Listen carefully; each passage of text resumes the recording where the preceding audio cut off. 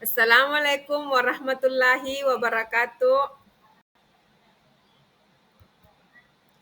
Perkenalkan, nama saya Mas Riyati dari kelompok 7, kelas 1C Bone.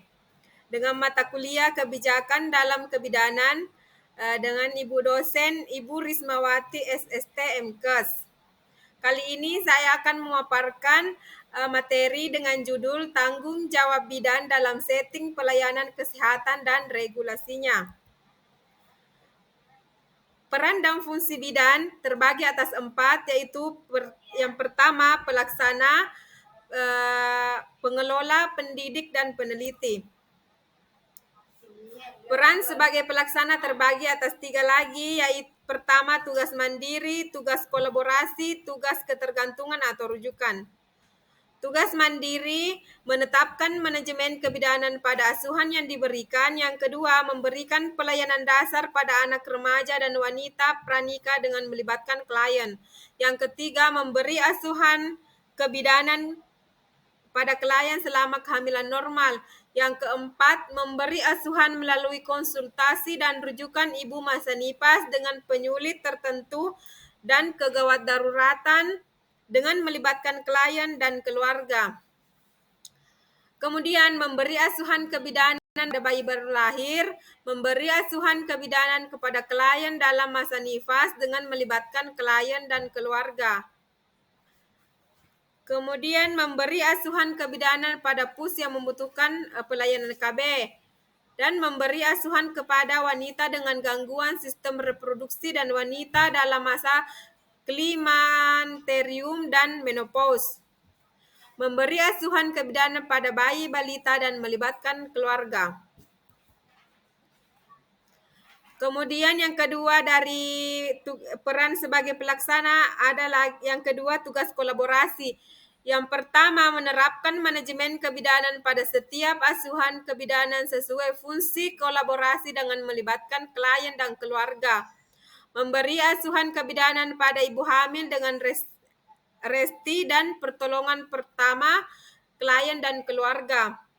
Memberi asuhan kebidanan pada ibu hamil dalam masa persalinan dan keadaan kegawat daruratan yang memerlukan pertolongan pertama dengan tindakan kolaborasi dengan melibatkan klien dan keluarga.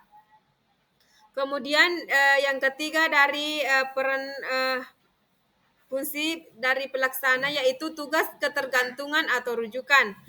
Menerapkan manajemen kebidanan pada setiap asuhan kebidanan sesuai dengan fungsi keterlibatan klien dan keluarga. Yang kedua, memberi asuhan kebidanan melalui konsultasi dan rujukan pada ibu hamil dengan resti kegawat daruratan. Yang ketiga, memberi asuhan kebidanan melalui konsultasi dan rujukan pada masa persalinan yang disertai penyulit tertentu dengan melibatkan klien dan keluarga.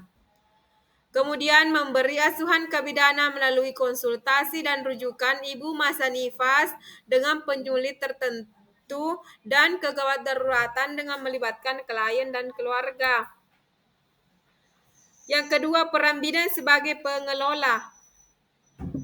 Mengembangkan pelayanan kesehatan masyarakat tertentu, terutama pelayanan untuk individu, keluarga, kelompok khusus masyarakat di wilayah kerjanya dengan melibatkan klien dan keluarga.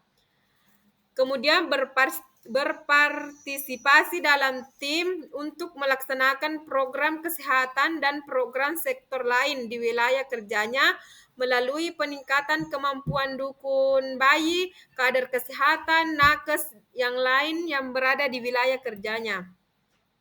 Yang ketiga, peran sebagai peneliti.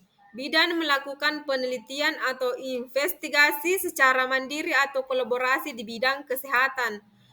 Yang keempat, peran bidan sebagai pendidik, yaitu memberi pendidikan dan penyuluhan kesehatan melalui pembinaan dan membimbing kader dan dukun bayi. Yang ketiga, membimbing siswa bidan dan perawat. Itulah tadi hasil pemaparan materi saya. Lebih dan kurangnya mohon dimaafkan. Sekian dan terima kasih.